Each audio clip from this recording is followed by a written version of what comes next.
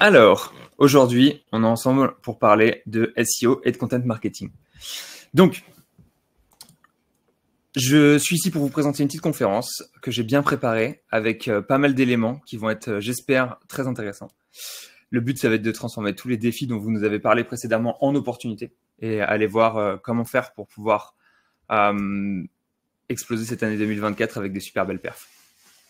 Je m'appelle Léo Poitvin, pour ceux qui ne me connaissent pas. Je fais du SEO depuis maintenant quelques temps. Et donc, je suis consultant SEO indépendant depuis peu de temps. J'ai longtemps été employé. Je suis je pense, un des rares SEO qui, avec 6, 7, 8 ans de SEO dans les pattes, est resté employé autant de temps. Mais ça a été un plaisir. J'ai appris plein de choses et j'ai pu collecter plein d'expériences dont je vais vous faire part aujourd'hui.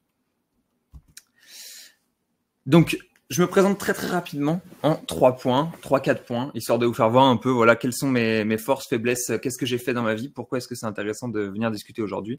Alors qu'il est, je vis en Thaïlande, et donc là, à l'heure où je vous parle, il est 9h30 chez vous, mais il est 15h30 chez moi.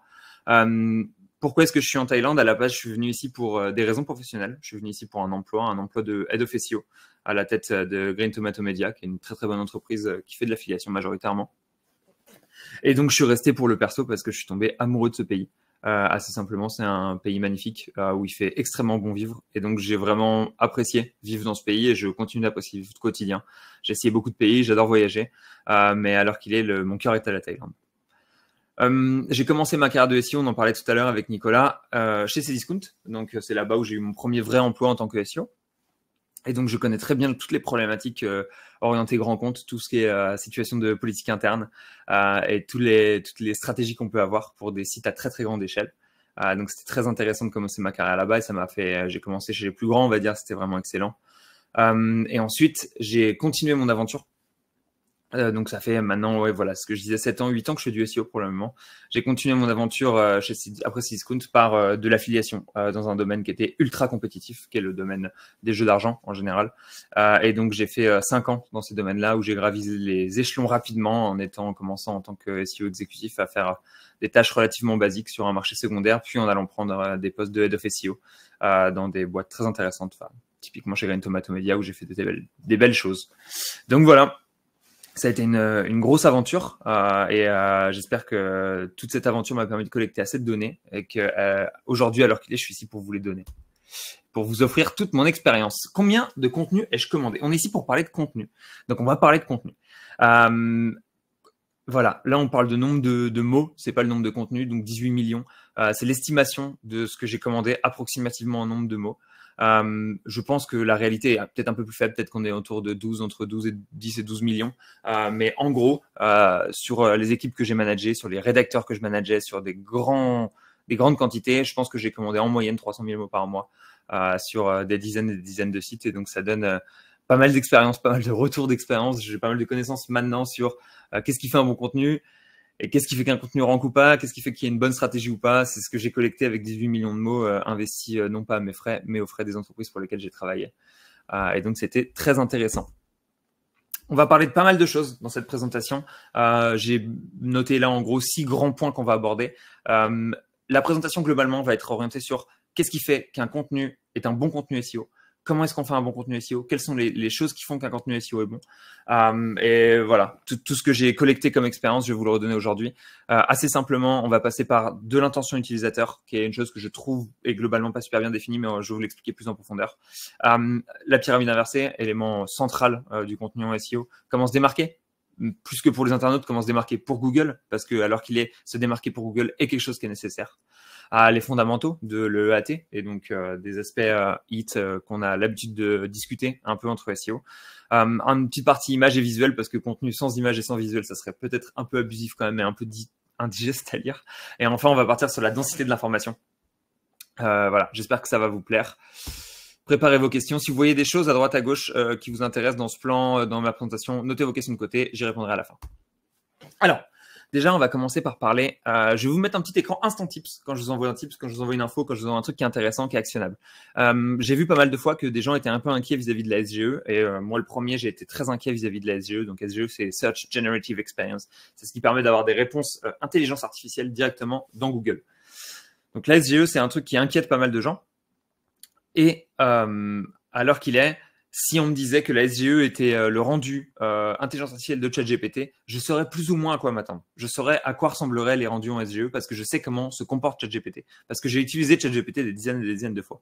Mais maintenant, ce qu'on ne sait pas, c'est que c'est Gemini qui va rendre la SGE, qui va rendre l'intelligence artificielle, ce qui était Bard avant, qui a été transféré en Gemini.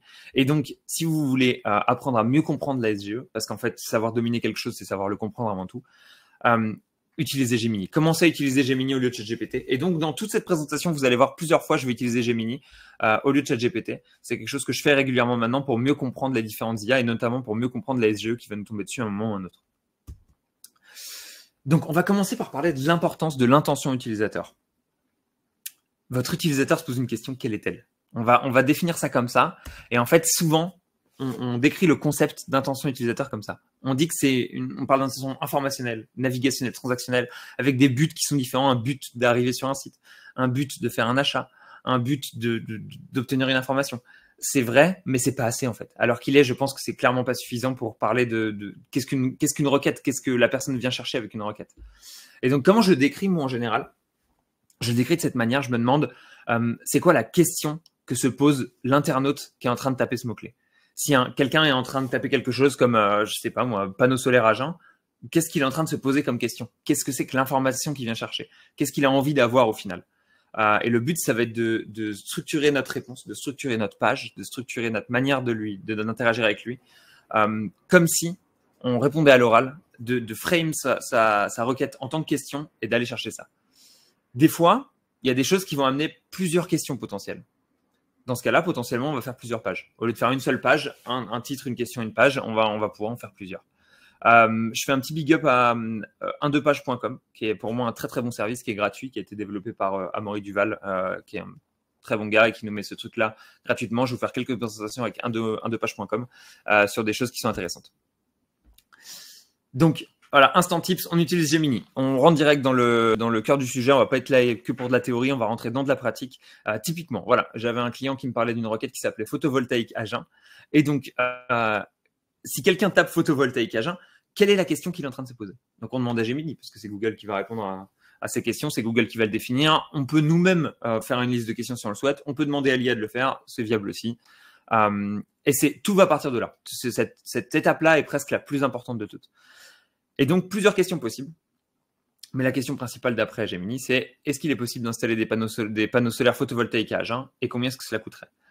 Et on a d'autres questions en dessous, notamment quelles sont les entreprises de panneaux solaires à Agen, quel est le potentiel solaire d'Agen, etc. Donc là, on pourrait se demander, OK, on a une liste de pages, une liste de questions que se posent les gens. Est-ce qu'on va faire une page ? Est-ce qu'on va faire 2 pages ? Ou est-ce qu'on va faire quelque chose d'autre ? Donc, on va essayer l'outil 1-2page, donc 1-2page.com, essayez-le, je vous jure, ça vaut le coup. Et donc, ce que je fais de 1-2page.com, c'est qu'au lieu de comparer des mots-clés, parce que là, en l'occurrence, on n'a qu'un seul mot-clé, c'est photovoltaïque à jeun, je vais comparer des questions pour savoir si les questions ont les mêmes pages de résultats ou pas. Donc là, par exemple, en l'occurrence, sur la première requête, est-il possible d'installer des panneaux photovoltaïques à Agen VS une deuxième requête, donc une deuxième question. Quelles sont les entreprises de panneaux solaires à Agen ? Google nous dit, parce que 1-2page.com se base sur les serveurs Google, qu'il faut créer une seule page. De l'autre côté, si par exemple on demande quel est le potentiel solaire d'Agen et est-il possible d'installer des panneaux photovoltaïques à Agen, on est sur 2 questions différentes et donc on a 2 pages différentes qu'il faudra créer. Donc là, ça nous permet de rassembler ensemble parfois la même question ou des questions différentes et donc de se dire ça par exemple c'est une seule page et une seule question et on répondra tout dans la même page ou c'est 2 pages et 2 questions. Donc les intentions pour moi c'est des questions et il faut les définir plus près et plus finement. Alors la SGE, on va parler de SGE aussi, c'est un sujet qui a pas mal été abordé dans le sujet, dans les problèmes que vous avez en 2024 et les challenges que vous avez pour 2024. La SGE n'est disponible qu'aux États-Unis. Alors, pas qu'aux États-Unis, honnêtement, elle est disponible dans beaucoup plus de pays. États-Unis, Japon et un paquet d'autres, je crois. Je crois que c'est en Inde aussi. Je suis pas sûr à 100%. Ouais, je vois dans l'audience qu'on me confirme que c'est l'Inde. Donc, je l'ai utilisé avec les États-Unis, moi, personnellement, parce que c'est là où les SERPs sont les plus développés et que c'est là que la SGE est la plus développée. Et donc, voilà, j'ai fait le test, par exemple, SGE, Solar Panel Washington. Est-ce qu'on a quelque chose qui sort ? Comment est-ce que ça sort, etc. Et donc, ça sort sur Solar Panel Washington. On a le bloc IA. Donc, la SGE ressemble à ça. Vous verrez, tac, bloc intelligence artificielle. Toutefois, ça ne sort pas sur toutes les villes. Donc, sachez que là, j'avais essayé 5 villes différentes et ça ne sortait que sur Washington. Donc, globalement, Le local, alors voilà, ça va être je vais vous donner des analyses très globales qui sont ultra incertaines, mais c'est ce qu'elles valent et il vaut mieux être préparé avec de l'incertain que pas être préparé du tout. Le local sera sûrement légèrement épargné en fonction de la quantité de données que Google a par SERP, etc., par la SGE, ou peut-être simplement que le domaine des panneaux solaires sera écarté, mais je pense pas que ce soit le cas. Je pense que c'est plus une question de local. Ensuite, voilà, ça c'était toute la petite partie intention de l'information et comment est-ce que Google va aller taper les intentions avec la SGE ou pas. Donc assez intéressant. On va ensuite parler de la qualité de l'information. Il y a quelque chose dont on parle souvent, qui est souvent un truc un peu dangereux. On dit souvent, voilà, si tes informations sont fausses, tu ne rankeras pas sur Google. Et moi, je pense que c'est vraiment, enfin, c'est le cas, et que si les informations sont fausses, on perd de la crédibilité, primo, et ça, c'est pas quelque chose que vous souhaitez. Mais aussi, on aura clairement une situation, un problème de ranking, je pense, parce que Google a des moyens de vérifier certaines informations. Et donc, ayez des informations qui soient vraies. Comment avoir des infos correctes? Plusieurs choses. C'est un peu de la bonne conscience, je sais plus comment est-ce qu'on dit exactement, mais voilà. D'écoute, demandez les informations à vos fournisseurs. Si vous avez des produits du e-commerce, que vous vendez quelque chose, etc., demandez l'info fournisseur parce que c'est la meilleure info. C'est lui le fabricant, donc c'est lui qui vous donnera la meilleure info. Cherchez sur Internet, mais toujours recouper 2 ou 3 sources sur Internet. Voilà, j'ai travaillé dans des univers où il arrivait que certaines fois il y avait des gens qui donnaient des informations, c'était pas les bonnes. Donc en fait, on se retrouve, on doit aller recouper ça. Sur les cryptos, il y a des gens qui divulguent des mauvaises informations. Si votre rédacteur, si la personne qui rédige va n'utiliser qu'une seule information, souvent, c'est risqué. On part sur quelque chose de très risqué. Ce que vous pouvez faire, c'est que vous pouvez miser sur la relecture par un expert. Ça, c'est toujours une bonne manière de faire. Si vous avez un expert sous la main qui relit, que ça lui paraît cohérent, en général, on évite les grosses bourdes, du moins. Et enfin, quand je parle d'information, là, je parle souvent d'information, de pure information. De savoir qu'un canapé, il fait 1,20 m, par exemple. Ça, c'est une information. Elle est exacte, elle est fondamentale. Et elle est pas, c'est pas subjectif. C'est de l'information objective. Donc là, quand je parle d'information, ici, je parle d'information objective. On peut aussi donner de l'information subjective, mais il est important de définir et de dire que c'est une information subjective et de la frame et de l'encadrer comme telle. Utilisez pas l'IA pour les informations qui sont pas evergreen, donc qui sont pas des informations perpétuelles dans le temps. Par exemple, il y a des données sur la planète et en 365 jours dans une année. Ça, c'est des informations que l'IA aura toujours vraies normalement, encore que ça pourrait arriver qu'elle soit fausse, mais normalement maintenant les IA sont assez solides là-dessus. Mais les informations de Evergreen, par exemple, j'ai demandé ça mi-février, il m'a dit 1er décembre, donc à côté de la plaque. Si l'on demande, je sais pas, par exemple, la représentation du Congrès américain en termes de sénateur démocrate vs sénateur républicain, peut-être qu'il va se planter parce qu'en fait il a des données historiques, donc c'est un peu compliqué. Voilà, donc tout ce qui a tendance à changer, on n'utilise pas l'IA. Ça, c'est un petit rappel au cas où. Une bonne manière de donner beaucoup d'informations complètes, c'est d'avoir des briefs qui soient extrêmement complets. Moi, c'est quelque chose sur lequel je mise tout le temps. Soit on fait rédiger par quelqu'un qui est vraiment expert dans cette thématique, qui va nous coûter honnêtement, en général, assez cher, mais ça permettra de ne pas passer de temps à faire un brief et d'avoir quelqu'un qui est très expert, ou du moins un brief un peu plus léger, et d'être sûr de son information. Soit on fait des briefs qui sont extrêmement complets, et un brief qui est extrêmement complet, honnêtement, il sera vraiment fait parfaitement que par un expert. Imaginons par exemple qu'on parle de la Tour Eiffel, là en l'occurrence, c'est l'exemple que je voulais donner. Voilà, on va dire intro sur la Tour Eiffel, je veux que tu me donnes la date de la dernière rénovation, le nombre de personnes tous les jours qui visitent, le pourcentage de touristes, etc. Et ça permet d'avoir beaucoup d'informations et limite demander à vos rédacteurs plus d'informations qu'ils ne pourront vous fournir. C'est une bonne technique pour avoir une densité d'informations, chose dont on parlera un peu plus tard, qui soit extrêmement haute et complète.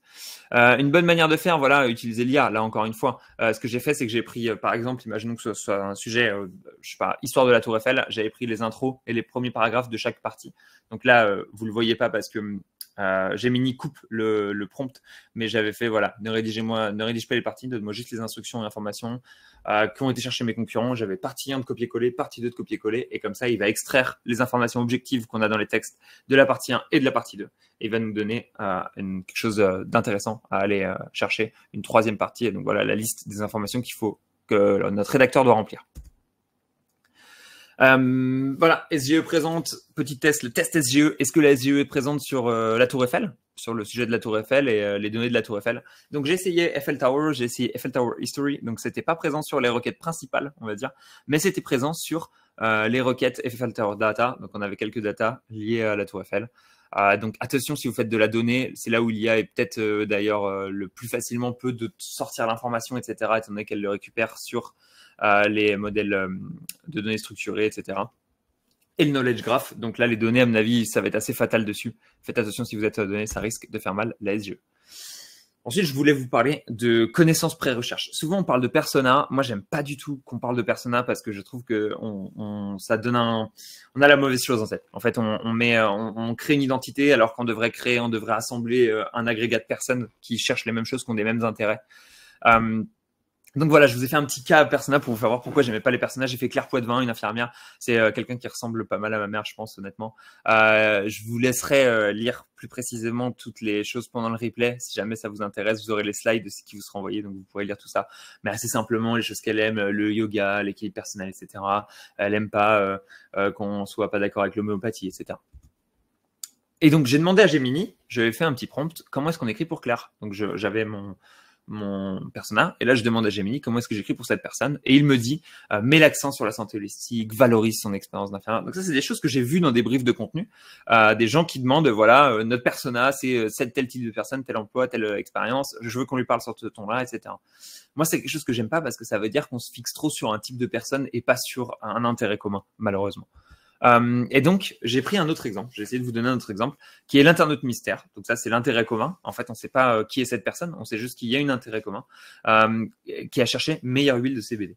Donc la personne, elle aime l'huile de CBD apparemment, et elle aime se renseigner sur Google. C'est les deux points qu'on a. Donc voilà, pas besoin de faire des grands personnages, à mon avis. Et enfin, je me suis demandé comment est-ce qu'on va écrire pour cette personne mystère, pour Monsieur Mystère, qui a cherché meilleure huile de CBD. Et en général, quand je me demande comment est-ce qu'on va écrire pour quelqu'un, on connaît ça. Déjà, on définit, on l'a fait tout à l'heure, on définit sa question. Quelle est sa question? Donc, meilleure huile de CBD, c'est assez facile, c'est quelles sont les meilleures huiles de CBD? Donc, on a sa question. Maintenant, on va se demander, et c'est là où je pense que c'est important, qu'est-ce que cette personne, elle sait déjà? Et parce que si on parle à quelqu'un en lui donnant des choses qu'elle sait déjà, ça va pas être intéressant pour lui. Ça va pas être top, et en fait, il lui faut quelque chose qu'il sait pas, et il vient chercher de l'information, donc on ne va pas lui parler des choses qu'il sait déjà. Et donc, ça, c'est Gemini. Les points que je vous ai notés, c'est Gemini qui me les a donnés, mais assez simplement, il connaît la différence entre... il sait ce que c'est que le CBD, il connaît les formes de consommation, il sait qui c'est pour le stress, l'anxiété, les douleurs, etc. Il sait pourquoi il vient le chercher. Il cherche juste la meilleure au final. Il veut les avantages et les inconvénients de chacun. Il veut qu'on les compare, etc., etc. Peut-être qu'il y a des petites choses qu'il ne sait pas encore. Par exemple, le spectre complet vs spectre large vs isola. Ça, c'est un peu du jargon de vendeur de CBD, mais voilà, pour vous donner un peu des spécificités que peut-être cette personne ne connaît pas. Donc voilà, je vous fais voir quelles sont les connaissances que quelqu'un connaît déjà. Donc en fait, vous prenez votre mot-clé. Là, en l'occurrence, on a pris un exemple avec meilleure huile de CBD. Qu'est-ce que la personne sait déjà? Et bien, toutes ces choses-là, il vaut mieux pas qu'elles soient dans notre contenu parce que ça va pas être du contenu très intéressant pour cette personne. J'ai fait plusieurs tests. On est avec CMJ aujourd'hui, donc on va faire plaisir. On va tester CMJ un peu. J'ai testé CMJ. J'ai testé CMJ sur plusieurs choses. Donc là, en l'occurrence, j'ai fait un petit brief meilleure huile de CBD. J'ai envoyé la outline qui propose de base avec c'est moitié intelligence artificielle, moitié scrap, je crois. Et donc voilà, il y a quelques points qui sont intéressants. Ce qui est intéressant, c'est qu'on a des points avantages, inconvénients, comment choisir. Voilà, ça c'est des trucs qui sont intéressants quand quelqu'un cherche une requête meilleure, quand il cherche un comment choisir, etc. C'est toujours intéressant d'avoir ces choses-là. Comment choisir, avantages, c'est des points qui reviennent tout le temps. On parlait tout à l'heure, peut-être que la personne ne connaît pas qu'est-ce que le CBD full spectrum, la différence entre full spectrum, entre isola, etc. Donc des petits détails du CBD. Et donc là, en l'occurrence, intéressant parce qu'on a cette partie-là. Et enfin, au début, on a comprendre les huiles de CBD. Comprendre les huiles de CBD, il y a deux manières de l'interpréter. Et soit on se dit comprendre l'huile en tant que concept, et dans ce cas-là, c'est pas très intéressant pour un internaute de comprendre l'huile en tant que concept, parce qu'en fait, une personne qui vient comprendre l'huile en tant que concept, si une personne est intéressée pour acheter de l'huile, elle sait déjà ce que c'est que le concept de l'huile, donc ça sera pas très intéressant pour elle. Mais comprendre les huiles en global, et qu'on lui dise la meilleure huile c'est celle-là, la deuxième meilleure c'est celle-là, ou alors pour le stress c'est celle-là et pour la douleur c'est celle-ci, dans ce cas-là, ça devient extrêmement intéressant si on parle de l'huile, des huiles au singulier et chaque identité. Donc voilà, potentiellement les huiles, si on le traite en tant que l'huile, le concept, c'est pas intéressant et on n'est pas vraiment dans la réponse à l'internaute. Il le sait déjà en fait, ce que cette personne-là, ce que c'est qu'une huile de CBD. Il a envie de savoir c'est quoi les meilleures. Donc comprendre les meilleures, comprendre les huiles de CBD, je l'aurais juste reformulé en les meilleures huiles de CBD assez simplement et hop là, on commence, on envoie direct l'information des meilleures huiles de CBD. Et en faisant ça, normalement, on a une page qui est globalement très intéressante pour notre internaute, Monsieur Mystère. Alors que si on avait juste voulu écrire parler à son cœur et respecter les convictions de notre infirmière, on n'aurait peut-être pas été super pertinent avec les informations qu'elle a ou pas. On en parlera plus tard, mais les SGE ne touchera pas certains secteurs. En effet, Google ne se mouillera pas sur tous les secteurs. Et typiquement, le secteur du CBD, qui peut être un secteur parfois qu'on peut considérer comme un peu touchy. Moi, personnellement, c'est pas un secteur que je considère comme touchy, mais je sais que certaines personnes disent toujours, ouais, le CBD, c'est particulier comme secteur. Et c'est le cas hein, pour Google, en tout cas. Et donc, Google n'ira pas sur les SERP liés au CBD. Il n'ira pas sur plein d'autres SERP. Mais on en parlera un peu plus tard. Ensuite, on attaque le sujet de la pyramide inversée. Pyramide inversée, c'est vraiment un sujet que je trouve extrêmement important et que j'ai très souvent insisté dessus pour mes personnes, pour les gens que je manageais et mon équipe de SEO. Pyramide inversée, qu'est-ce que ça veut dire? Pourquoi est-ce qu'on parle de pyramide inversée? Parce qu'il n'est pas rare que les gens qui rédigent du contenu pour le web rédigent du contenu avec un plan académique. Donc, ils rédigent avec une introduction, ils rédigent avec une première partie, avec une deuxième partie et avec une conclusion. Et donc, quand on va analyser ces articles, quand on regarde ces articles, on voit que l'introduction est, on prépare le sujet globalement. La première partie est un élément distinct, c'est une partie intéressante. La deuxième partie est une autre partie, donc par exemple les avantages d'un produit, les inconvénients d'un produit. Et ensuite, on va avec la conclusion, qui va faire un avis global et un petit plus, petit moins, un résumé de l'article en soi. Maintenant, je pense pas que ce soit la bonne manière de faire. Imaginons que vous soyez pressé, vous êtes sur Internet, vous êtes sur votre téléphone, est-ce que vous avez envie de scroll un article complet pour aller chercher les avantages, les inconvénients, etc. et d'aller à la fin pour avoir un avis? Non, honnêtement, c'est pas ce que vous souhaitez. Je pense pas que c'est ce que vous souhaitez. Et donc, plusieurs choses sont importantes. Je pense qu'il faut répondre à une requête d'internaute comme on répondrait à l'oral. Par exemple, si demain, quelqu'un me demande c'est quoi les meilleures huiles de CBD, je ne vais pas commencer par lui dire écoute, je vais prendre 10 minutes pour te parler des huiles de CBD et reconceptualiser d'abord le CBD, etc. Et ensuite, je vais te donner les meilleures huiles de CBD. Non, ce que je vais lui dire, c'est que directement, en tant qu'expert, parce que si quelqu'un vous pose une question, c'est que vous êtes un expert, je vais lui dire les meilleures huiles de CBD, c'est ça, ça et ça, en fonction de si tu cherches pour le stress, la douleur, etc. Ensuite, je vais lui dire, attends, on va détailler un petit peu plus. On va aller dans la douleur, par exemple. C'est la douleur qui t'intéresse? Ok. Parce que, imaginons qu'on sache que les gens cherchent plus pour la douleur, que les gens cherchent plus pour le stress, que les gens cherchent plus pour l'anxiété, etc. Ça, normalement, on le sait avec les recherches Google. Je n'ai pas encore assez d'expertise sur les huiles de CBD pour vous dire précisément pourquoi les gens cherchent le plus. Mais imaginons que ce soit la douleur. On va dire, OK, si tu cherches de la douleur, on va te conseiller ça pour ces cas d'usage, ça pour ces cas d'usage, etc. Et en fait, aller de plus en plus dans le détail, mais on commence par l'essentiel. Et la conclusion, c'est un élément qui ne devrait même pas exister. Le mot conclusion sur Internet ne devrait pas être présent. Pas de conclusion. Parce qu'une conclusion, c'est un avis global, c'est un résumé, c'est ce qui est le plus intéressant, en fait. On devrait toujours commencer par une conclusion. Donc, tous les articles web, je pense, ils doivent commencer par une conclusion. Et donc, ils ne doivent pas commencer par une conclusion qui soit une conclusion, mais ils doivent commencer par un point clé, un petit paragraphe qui permet d'avoir tous les éléments de base et d'avoir toutes les choses intéressantes qui seront dites dans l'article, qui sont résumées en quelques points. Donc voilà, point clé. Les points clés, si vous ne savez pas comment les faire, vous prenez votre conclusion, vous la mettez en bullet point. Ça, c'est la meilleure manière de faire, très simple, très efficace. Et on répond dans une page, je trouve, comme on répondrait à l'oral. Si on se met dans cette manière de réfléchir, on gagne 90% d'avance sur les gens qui produisent du contenu. Et ensuite, ces règles de la pyramide inversée, elles s'appliquent à la page globalement. Donc, elle s'applique évidemment à toute notre page de meilleures huiles de CBD. On commence avec la base, les huiles de CBD, etc. On parle de l'isolat, on parle de tout ça.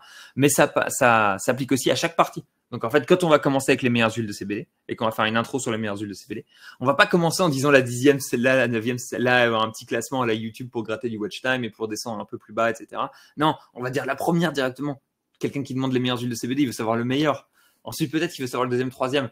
Mais il veut rarement savoir le 10e en premier. Donc, commencez toujours toutes vos parties, tous vos contenus par la chose la plus intéressante, directement en une phrase, en 50 caractères, et ça vous permettra en plus de gratter des positions zéro.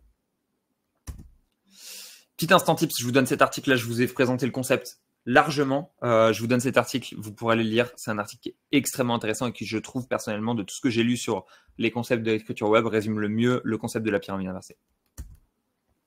Donc, j'ai testé sur SEMJ. On va revoir cet article sous l'angle de la pyramide inversée. Est-ce que les meilleures huiles de CBD, comme proposé par SEMJ, ça répond bien au système de pyramide inversée?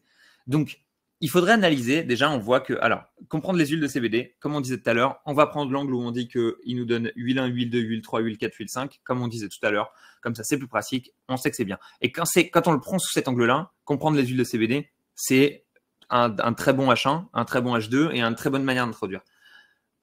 reformuler encore une fois quelles sont les meilleures huiles de CBD, parce que comprendre les huiles, ça fait un peu genre on va vous donner plein de concepts, alors que quelles sont les meilleures huiles, boum, on rentre direct dans le tas et on sait de quoi on parle.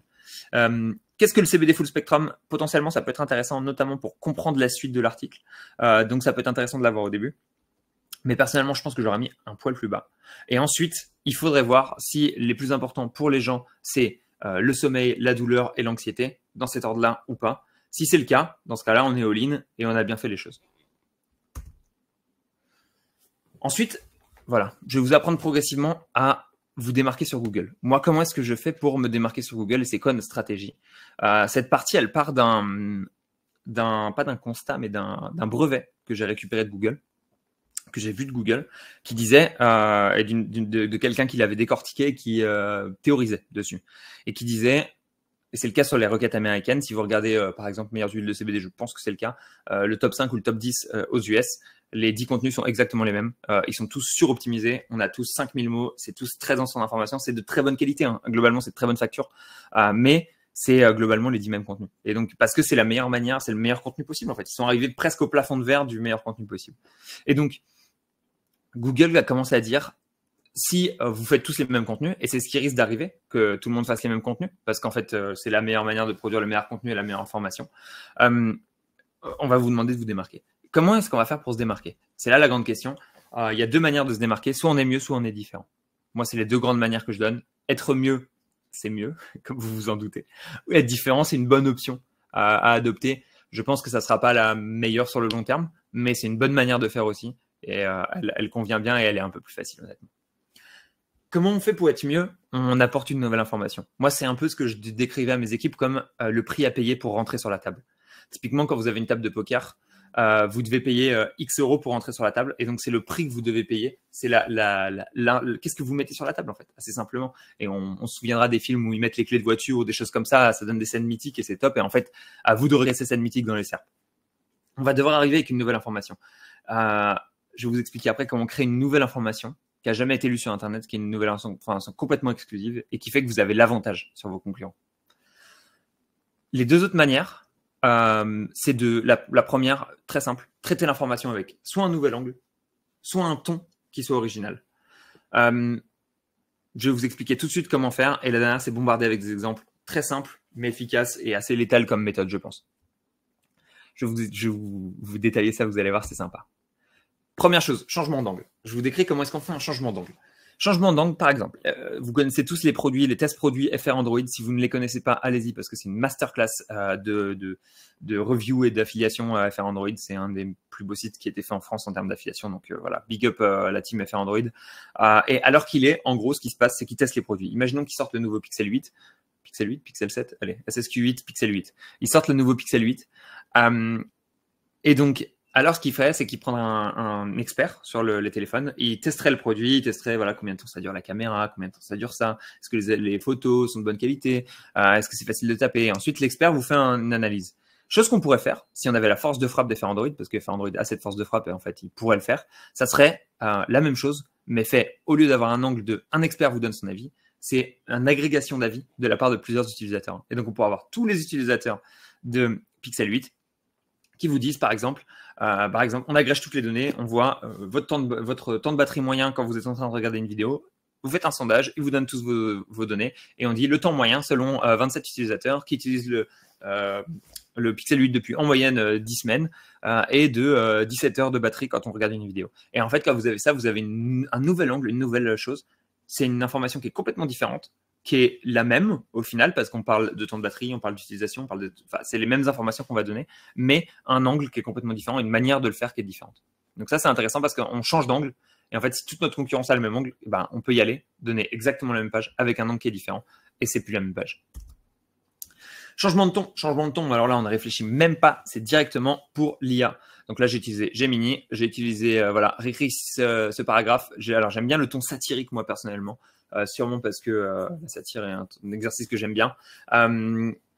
Et c'est un ton qu'on retrouvera peu sur Internet, donc peu de chances de s'auto-plagier, etc. Et j'ai noté sans utiliser plus de mots, parce que Google peut avoir tendance, Gemini et les IA en général, peut avoir tendance, si vous lui donnez juste un cadre, en mode réécris cela avec changement de ton, alors, typiquement, il me donnait des paragraphes qui étaient bien plus grands, donc on n'était plus on n'avait plus la même chose au final. Et on allait endommager notre contenu sur un autre aspect qu'on verra plus tard, qui est le gras du contenu. Donc là, en l'occurrence, changement de ton sans utiliser plus de mots, satirique, boum, changement de ton. Et là, on lit ça, c'est pas du tout la même sensation qu'on a. Et c'est pas la même manière d'apporter l'information et Google le perçoit. Les utilisateurs le perçoivent et donc changer de ton quand tout le monde a le même ton sérieux, ça peut être intéressant. Je vous dis pas d'adopter un ton satirique à chaque fois évidemment, mais vous pouvez avoir un ton qui est différent et qui est genre légèrement plus intéressant que ce que font vos concurrents. Création d'informations. On va repartir dans le CBD, c'est un domaine que je connais bien. La création d'informations, c'est extrêmement compliqué avec l'IA, c'est même d'ailleurs théoriquement impossible, étant donné que l'IA, elle est feed, les nourrit avec, et entraînée avec des informations qui sont déjà existantes. Donc avoir de la nouvelle information avec l'IA, ça paraît compliqué. Mais par exemple, en humain, je vais vous donner un exemple sur le CBD. On a énormément de e-commerce dans le CBD qui sont détenus par la même entreprise, la Molding. Donc je n'ai pas donné de nom histoire de pas out les gens, les situations. Mais typiquement, voilà, shopcbd.com, CBDHA, on a trois e-commerce, CBDA, CBD, CBDC, qui sont tous les trois détenus par la même personne. Personne ne l'a jamais dit sur Internet. Si on regarde les mentions légales de chaque site indépendamment, c'est visible, mais personne n'a fait le rapprochement et a dit oui, Shop 1, 2, 3 appartiennent à cette holding-là. Si vous le dites et que vous êtes le premier à le dire, vous venez de créer une information. C'était une information que personne n'avait collectée ensemble, regroupée, pour lui donner naissance sur Internet. Donc c'est une bonne manière de créer de l'information. Et enfin, bombarder avec des exemples. Bombarder avec des exemples, c'est une manière qui est facile à faire, je trouve, et qui est honnêtement un peu plaisir. Parce que c'est facile et quand c'est facile, ça fait plaisir d'avoir des trucs qui marchent et qui sont faciles. Typiquement, imaginez que vous soyez un e-commerce, que vous vendiez des canapés d'angle, canapés d'angle vert. Ça, c'est mon côté Cdiscount, l'ameublement qui revient. Donc voilà, on veut quel meuble irait bien avec ce canapé d'angle vert pour un salon, par exemple. Et donc là, il me donne plein de styles différents en fonction de la couleur du verre. Est-ce qu'on est sur du vert foncé ou du vert clair, etc. Vert forêt. Ça n'arrête pas. Les exemples sont énormes. J'ai dû couper là, mais il y avait énormément d'exemples. Imaginez sur votre e-commerce des petits onglets avec des exemples. Votre maison est dans un style comme ça. Vous voulez un canapé de cette couleur-là. Et là, boum, on a des propositions de contenu avec des propositions d'assemblement, d'autres meubles potentiellement de votre e-commerce. Ça serait énorme, honnêtement, en termes et de conversion, et de contenu, et du SEO. Ça serait un all-in. Donc, voilà. Bombarder avec des exemples, ça marche très bien. J'ai pris vous verrez, pendant toute la présentation, je prends des exemples qui sont complètement divers et variés, histoire de vous faire voir que la plupart des stratégies que je vous présente, elles sont complètement applicables dans tous les domaines. Donc là, par exemple, ameublement, ça marche, mais on pourrait le faire avec plein d'autres choses. On va parler un peu des fondamentaux du HIT, du EEAT. Le AT, pour rappel, c'est expérience, expertise, authoritativeness et trustworthiness. Donc en français, expérience, expertise, autorité et fiabilité. L'autorité, c'est lié au lien, donc bon, on va pas en parler plus que ça. La fiabilité, c'est lié au... Je sais plus à quoi c'est lié. Je crois que la fiabilité, c'est plus les critères globaux du site. Ouais, c'est ça en vrai. L'expérience, c'est vraiment lié à est-ce que vous démontrez de l'expérience sur votre site, et ça, on va en parler un petit peu plus tard. Et l'expertise, c'est la sémantique, clairement. Donc voilà, on va parler maintenant de comment travailler le EAT. Plusieurs choses pour comment travailler le EAT. La sémantique, donc comme on disait, expertise, c'est sémantique. Ça, c'est sûr et certain, tout le monde est assez d'accord là-dessus. Et donc, rédacteur expert pour avoir de la bonne sémantique ou alors des bons outils. Les bons outils marchent très bien aussi. On a plein de bons outils de sémantique, SEMJ compris, en France. Et donc, c'est quelque chose qui marche bien. La transparence et l'honnêteté vis-à-vis des auteurs, ça, c'est un truc typiquement qui va aller être intéressant pour le côté fiabilité. Si vous êtes capable de dire, voilà, j'ai mes mentions légales, j'ai mes pages de contact, vous avez mon adresse, vous connaissez mes auteurs, vous connaissez leurs réseaux sociaux. Ça démontre une vraie fiabilité. C'est intéressant. Ça renforce pas tout votre hit. Ça renforce que la fiabilité. Mais c'est quelque chose qui est assez intéressant. Et ensuite, la first-hand experience. Donc ça, c'est l'expertise, l'expérience qui a été rajoutée il y a peu de temps. Et donc, la first-hand experience, c'est genre démontrer que vous avez vraiment testé le produit, que vous savez de quoi vous parlez, que vous avez une expérience et que vous avez une relation avec ce produit.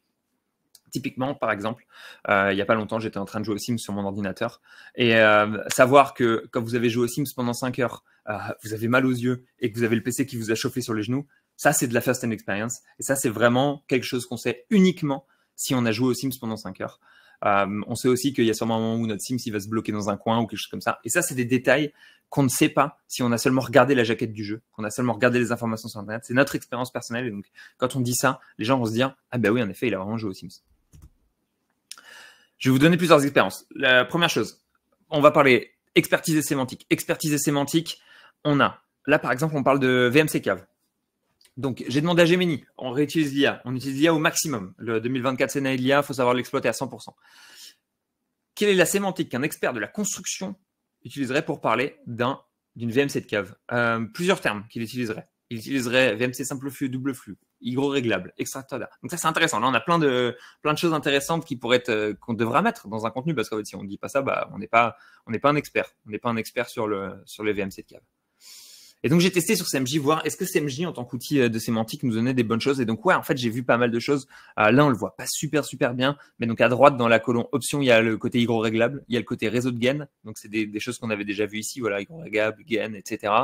Mais on a aussi le double flux, l'extracteur d'air, qui sont aussi des choses qu'on a vues ici. Le simple flux, double flux, extracteur d'air. Tout n'y est pas, parce qu'il y en avait d'autres là-dedans. Et parce que tout n'est pas forcément important à mentionner. Mais on voit que CMJ est déjà pas mal pour aller mentionner toutes ces choses-là qui sont des termes expertise technique. Et si on les utilise pas dans notre contenu et qu'on continue à parler de cave, c'est quoi la cave, etc., et d'être très banal sans utiliser de termes techniques, pas d'expertise. La First in Experience, voilà. Là, je vais vous donner un exemple. Ça, c'est un truc qui marche très bien, je trouve, personnellement. C'est la meilleure manière que j'ai de démontrer de la First in Experience avec de l'IA. Là où l'IA est normalement pas quelque chose qui permet de démontrer de la first in experience. Donc, de l'expérience de première main, quelque chose qu'on a vraiment utilisé. Ce que je fais, c'est la technique, c'est de comparer un produit avec l'autre. Typiquement, en l'occurrence, j'ai pris produit 1, produit 2. On est sur des pistolets à billes. Et donc, j'ai dit, voilà, démonte une first in experience sur le produit 1, en mentionnant dans cette expérience la comparaison avec le produit 2. Ça, c'est vraiment un prompt, je l'ai essayé, donc j'ai mis des descriptions de produit 1, description de produit 2, et c'est ce qui marche, je trouve, à l'heure qu'il est le mieux pour avoir ça. Prise en main du pistolet à billes, donc là, voilà, il va nous expliquer comment est-ce qu'il prend en main le pistolet à billes, etc. Donc, on a un peu ce côté-là. Et ensuite, il compare avec l'autre. Et en fait, quand on lit quelque chose, donc là, en l'occurrence, il disait, par exemple, le système HOP de vision du Colt 1911 est plus agréable à utiliser que celui du 19 du ASG STIM 1911. Donc, je ne sais pas, je n'ai pas utilisé ces pistolets à billes, je ne peux pas vous dire, je ne peux pas vous le confirmer. Mais quand on a ce côté où quelqu'un nous dit que quelque chose est mieux que l'autre, eh ben, on a l'impression d'une expertise, on a l'impression d'une expérience, on a l'impression d'un test. Si on dit simplement il est bien, ben, on n'a pas l'impression d'un test. Tout le monde peut dire il est bien, tout le monde peut dire ouais, j'ai lu sur Internet qu'il était bien. Mais dire que le produit A est meilleur que le produit B sur un aspect, une caractéristique, ça, c'est vraiment quelque chose qui est assez exclusif à l'expérience que les gens sont censés avoir et de laquelle faire expérience, quoi. On va parler des images un peu. Donc, les images, c'est quelque chose d'un domaine que je déteste. Je vous le dis directement. Je suis extrêmement mauvais avec le graphisme. Tout ce que je fais est moche. Mais c'est important d'avoir des images dans un contenu. Je vais vous expliquer pourquoi. J'ai essayé de mettre des petites phrases punchline. Le beau est subjectif, pas les screenshots. Assez simplement, voilà les types d'images que moi je mets dans un contenu. Pourquoi? Parce que un screenshot qui est annoté avec des gros textes rouges, des grosses flèches, etc., ça permet d'apporter une information, ça permet de compléter de l'information, ça permet d'appuyer un propos, ça permet d'appuyer un texte que l'internaute aurait écrit, que notre rédacteur aurait écrit et qu'on aurait produit pour un internaute. Voilà. Là, par exemple, en l'occurrence, je pense qu'avoir des informations qui sont claires et compréhensibles, c'est beaucoup plus important qu'avoir des informations, des choses qui sont belles. En fait, les choses qui sont belles, ça ne marque rarement, alors que quand on cherche une information sur Internet, on préfère avoir quelque chose qui est intéressant. Typiquement, en l'occurrence, screenshot Word, un peu moche, etc. Mais on sait de quoi on parle. On voit ce qui est en train d'être pointé. Le tir à l'arc, là, par exemple, donc voilà, ça c'est le pire du pire. C'est le pire du pire et le mieux du mieux, parce qu'on voit exactement de quoi on est en train de parler. L'image du tir à l'arc, qui est en bas, on est un peu mieux. Donc on imagine qu'il y a un texte qui accompagne ça et qu'on voit que le texte met peut-être même des petits 1, des petits 2, rond rouge égale ça, on tire l'arc comme ça, etc. Donc ça nous permet d'avoir plus d'informations, d'avoir des choses qui sont intéressantes, mais de pas non plus être dans trop horrible, quoi. On a une photo, etc. Et le dernier, c'est OK. En fait, on va prendre en photo ou on va mettre une image du phénomène qui est en train de se produire et on voit qu'on se concentre dessus. On voit que c'est l'élément principal de la photo. Là, en l'occurrence, ça doit être une balle qui s'enraye ou quelque chose comme ça. Je suis pas expert en armes à feu, mais on voit que c'est un phénomène qu'on est en train de mettre en valeur. Maintenant, les graphismes horribles et le moche, c'est peut-être pas non plus ce qu'on veut partout sur notre site. Peut-être que des fois, vous vous dites, OK, je sais pas quoi mettre comme image. OK, j'ai envie de mettre ça. Donc, on va parler un peu de beau. Assez simplement, pour du beau, si vous voulez du photoréalisme, vous allez chez Midjourney. Si vous voulez du one-click, vous allez chez Dali. Donc Dali, c'est ChatGPT, Midjourney, c'est un serveur Discord. Je vous laisserai aller vous renseigner sur les sujets.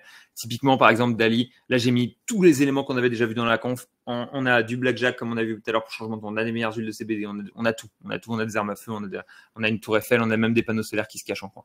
Donc, ça, c'est one click. C'est directement généré avec Dali. On a même une VMC en haut.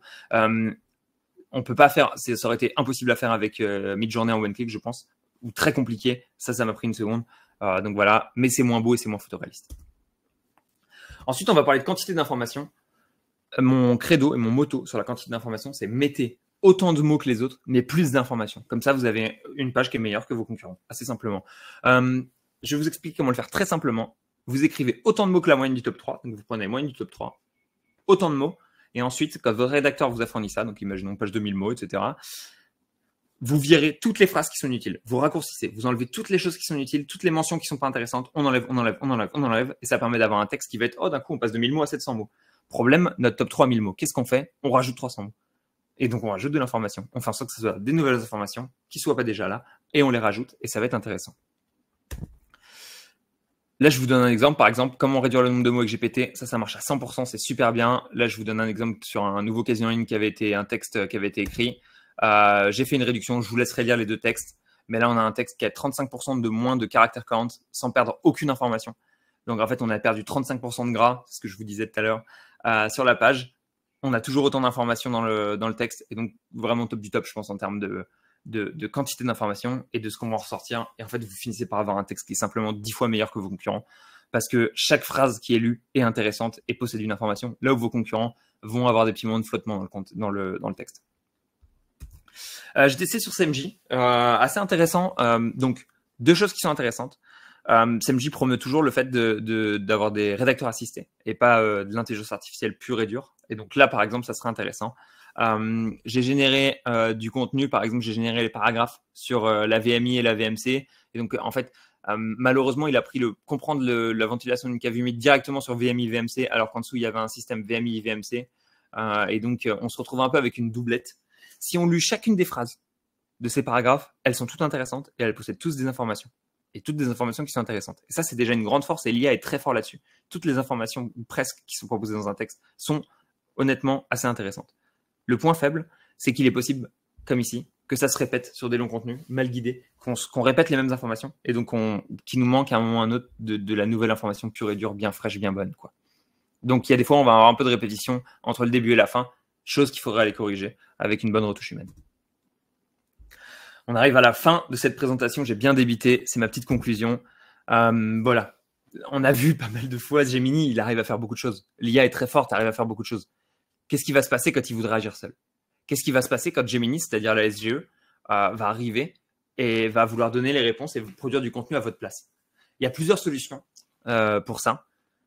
Moi, j'en vois 3 globalement, qui sont 3 bonnes solutions. La première, c'est sûrement la plus facile et sûrement celle qui vous demande le moins d'efforts, on va dire. C'est de continuer à étudier Google, de continuer à étudier l'IA, de continuer à utiliser Gemini ou de commencer à utiliser Gemini et de comprendre comment fonctionne son algorithme et qu'est-ce qui va se passer, qu'est-ce qu'il fournira comme information, où est-ce qu'il ira, où est-ce qu'il ira pas, comment ça va se passer et où est-ce qu'il va piquer l'information. Alors qu'il est, c'est très difficile de savoir où est-ce qu'il prend l'information. On n'est pas encore assez bon pour savoir ça. Il le prend pas dans le top 10 de la SERP, donc ça va être un jeu différent de celui du SEO. Mais voilà, en fait, si on analyse énormément le système, on finit toujours par le comprendre et quand on le comprend, on peut le dominer. C'est le plus important. Deuxième point, aller là où il n'ira pas. Comme on l'a vu, le CBD, par exemple, c'est un domaine où Google n'ira sûrement pas. Tous les domaines que vous considérez comme dodgy, touchy, un peu limite, on évite d'en parler, c'est pas sexy, etc. Ça, vous êtes assez sûr qu'il n'ira pas. Donc, globalement, il y a plein de niches qui ne seront pas touchées. Et si vous avez extrêmement peur, et il y a des cas où vous pouvez avoir peur, typiquement, vous faites de l'affiliation pour des baskets, en fait, cherchez la meilleure chaussure de sport. Vous allez voir que la SGE domine complètement la SERP et c'est impossible d'aller la dépasser. Donc ça, c'est un truc qui va être compliqué. Le dernier, c'est aller vers du multicanal. Moi, en fait, j'ai commencé à proposer du contenu SEO sur YouTube il n'y a pas longtemps. C'est quelque chose que j'aime énormément. Et je pense que YouTube est un très, très bon. Ça va devenir un moteur de recherche, peut-être même à terme plus gros Google. Je sais pas, on est encore très loin de ça, honnêtement. Mais ça va être une source d'information énorme. Allez sur YouTube, allez sur TikTok, faites du format court, faites de la vidéo. C'est sûrement le format de demain. C'est une manière d'échapper à la SGE en échappant à Google, carrément. Mais bon, voilà, c'est intéressant. Je vous remercie beaucoup pour avoir assisté à cette conférence. J'espère que tout ça vous a été très intéressant. Et voilà, merci beaucoup Nicolas. N'hésitez pas à aller me suivre sur Twitter si jamais vous souhaitez avoir des petites informations de ce style-là, quotidiennement, régulièrement. Et si vous avez des questions, c'est le moment. Merci à toi, Léo, pour tous ces conseils. Alors, je vois qu'on a un certain nombre de questions, justement dans l'onglet questions, avec de nombreux votes. Donc, je te propose que dans les quelques minutes qui nous restent, tu puisses répondre à celles qui ont plus de votes. Alors, il y a une première question qui est si on donne la réponse directement, le lecteur va vite quitter la page et Google, au final, est-ce qu'il risque pas de considérer que le contenu n'est pas pertinent, ce qui serait un peu contre-productif. Donc ça, c'était notamment, je pense, par rapport à la technique de la pyramide inversée, de rapidement apporter la valeur aux yeux du lecteur. Alors, 100%, c'est vrai que c'est un truc qu'on m'a souvent dit. Moi, personnellement, alors c'est fou parce que j'ai les deux côtés. Des fois, je respecte énormément les guidelines de Google et des fois, je ne les respecte pas du tout. Mais sur le contenu, je les respecte toujours énormément. Et Google dit toujours don't be evil. Et voilà, on est là pour les internautes, on est là pour les utilisateurs, on leur rend service. Et donc, si rendre service à quelqu'un, ça veut dire qu'ils viennent et qu'ils repartent, eh ben, tant mieux, il est venu pour une information, on lui donne l'information. On peut essayer de le convertir dans la foulée, on peut lui mettre un petit lien de vente. Mais voilà, moi je pense que de mon expérience sur les sites sur lesquels j'ai travaillé, dans tous les cas, les gens partent assez vite du site. Donc autant qu'ils repartent avec plein d'informations et qu'ils se souviennent de nous comme la personne qui a fourni l'information. Et je pense pas que si on garde autant d'informations et qu'on envoie vers les bons endroits et les bons moments et qu'on appelle on pique sa curiosité, ils partent dans tous les cas directement. Je pense que les gens restent en fait au fur et à mesure. Donc pour moi, c'est un faux problème, mais c'est vrai que c'est un peu touchy comme situation. Super, merci à toi. Ensuite, on va avoir une question. Penses-tu que l'on va aller vers des contenus beaucoup plus courts avec uniquement la réponse précise aux recherches des internautes et éviter tout le blabla autour d'un contenu? Ouais, alors ça c'est ultra intéressant. Je pense qu'on y est déjà en fait, alors qu'il est un contenu qui fait la moitié de celui du concurrent, avec des informations qui sont avec une densité d'informations qui est meilleure. Donc imaginons que tu es genre seulement un quart des informations, tu vois, dans un contenu A et que tu es 2 fois plus d'informations mais 2 fois moins de mots dans un contenu B. Je pense que un contenu B pèsera et portera plus. Je pense qu'alors qu'il est ce qu'on donne un peu en mode on met plus de mots pour mettre du poids, c'est un truc qui est déjà un peu mort. Même si le word count, ça reste un très bon indicateur pour compter le nombre d'informations dans un texte, parce qu'un texte de 6000 mots, ça comporte toujours plus d'informations qu'un texte de 300. Mais en tout cas, on a vu ça déjà, et aux US, il y a déjà une tendance où Google met de plus en plus de contenu très court, de plus en plus et avec l'expertise et l'expérience, ils donnent beaucoup de Reddit et beaucoup de forums, etc. C'est des choses qui ont déjà commencé, je pense. Donc, ce que tu dis, c'est au-delà du nombre de mots, ce qui compte à la fin, c'est justement la densité d'informations par rapport à la question d'internaute. Exactement. Donner une réponse complète au final. C'est ça. Ensuite, on a une question d'Hugo. Pourquoi préférer Gemini à ChatGPT? Ouais, donc ça c'est intéressant. Ça c'est, je ne préfère pas Gemini à ChatGPT. Je n'aime pas trop Gemini. Je trouve que Gemini est assez mauvais honnêtement. Mais c'est quoi le truc sur la guerre? Oh mince, j'ai oublié. Un écrivain chinois qui avait fait un livre trop bien sur Sun Tzu, voilà, sur l'art de la guerre, qui dit faut apprendre à connaître tes ennemis mieux que tes amis ou quelque chose comme ça. Et donc le jour où on va devoir se farcir la SGE en one-to-one et devoir se battre contre elle, il vaut mieux qu'on la connaisse, et la connaître, ça commence par utiliser Gemini avant d'utiliser GPT, en fait, assez simplement. Honnêtement, utiliser les deux, parce que GPT est meilleur que Gemini, je trouve personnellement, mais utiliser Gemini pour apprendre à le connaître. Et utiliser la bêta de Google SGO State aussi pour mieux connaître SGO. On a peur de ce qu'on ne connaît pas. Ouais, testez tous vos contenus, tous vos niches, etc. sur la SGE, et vous verrez que vous pouvez être plus ou moins inquiété en fonction de ce que vous faites, en fait, de type de requête sur lequel vous êtes. Ça peut me permettre d'avoir une meilleure connaissance de ce que vous allez affronter bientôt. Super. Ensuite, on a une question d'Aurore. Selon toi, quel est l'impact de la pyramide inversée sur le taux de rebond ou sur la durée de visite de l'internaute sur le site web? Alors, potentiellement, oui, le taux de rebond va être un peu plus élevé, mais les gens ont plus le temps, en fait. Ils ont plus le temps de passer 20 ans sur un contenu, donc les gens vont pas lire tout votre contenu phrase à phrase. Si jamais ils trouvent pas leur information directement, ils vont repartir dans tous les cas. Et il y aura du pogo sticking. Ils vont repartir et ils vont aller chez quelqu'un d'autre. Et ça, pour moi, c'est le pire signal que vous pouvez offrir à Google. C'est que votre concurrent, il aille chercher l'information chez quelqu'un d'autre, c'est que votre visiteur aille chercher l'information chez un de vos concurrents au lieu d'aller chercher chez vous.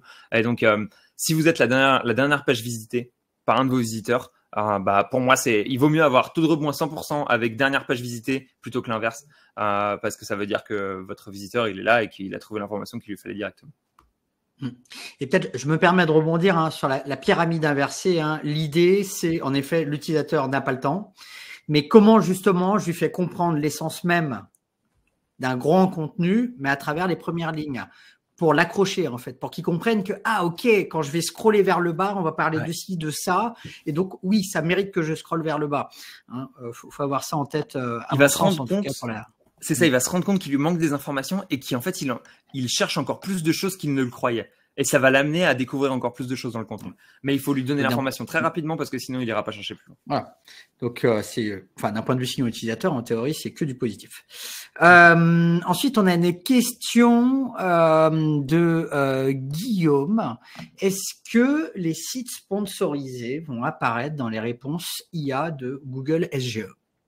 Je sais pas ce que tu entends par site sponsorisé. Alors, site sponsor, j'ose imaginer qu'on parle d'Ads, de Google Ads. Ah ouais. J'imagine. Alors Google Ads, j'ai vu des tests que j'ai fait, il y a 2-3 modèles qui se battent en duel. Il y a le modèle où il envoie du Google Ads et donc les sites sponsorisés, comme tu les appelles, au-dessus de l'SGE. Donc en fait, requête, on a le moteur de recherche, Ads 1, 2, 3, 4, 5, 6. Espérons que ça s'arrête là. Et ensuite, la SGE et ensuite les résultats organiques.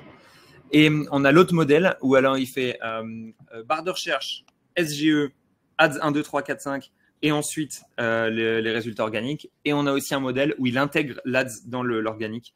Mais on va voir comment ça tourne. Honnêtement, ça dépend vraiment. Il est en train de bêta-tester sur énormément de choses. Donc, on va voir ce que ça fait. Bon, de toute façon, je pense qu'il ne faut pas qu'on soit inquiet sur les ads. Je rappelle que c'est quand même 90% du chiffre d'affaires de Google. Donc, il ne faut pas être inquiet. Ouais. Si vous êtes en train de payer des ads, ne vous inquiétez pas, vous allez continuer de payer. Il n'y a pas de problème là-dessus. Eh bien, merci à toi, Léo, pour ces différents éléments de réponse. Désolé, on n'a pas pu répondre à l'ensemble des questions, mais allez, ajoutez Léo sur LinkedIn, sur Twitter, pour lui poser des questions. Vous avez son contact sur la slide là en bas à gauche. Merci à toi, Léo. On se retrouve dans 10 minutes pour la prochaine conférence cas concret, Groupama, Ganvi, où Alexa et Michel expliqueront globalement comment ils sont allés chercher une petite croissance de 200 000 à 2 millions de visites grâce à une stratégie de contenu orienté utilisateur.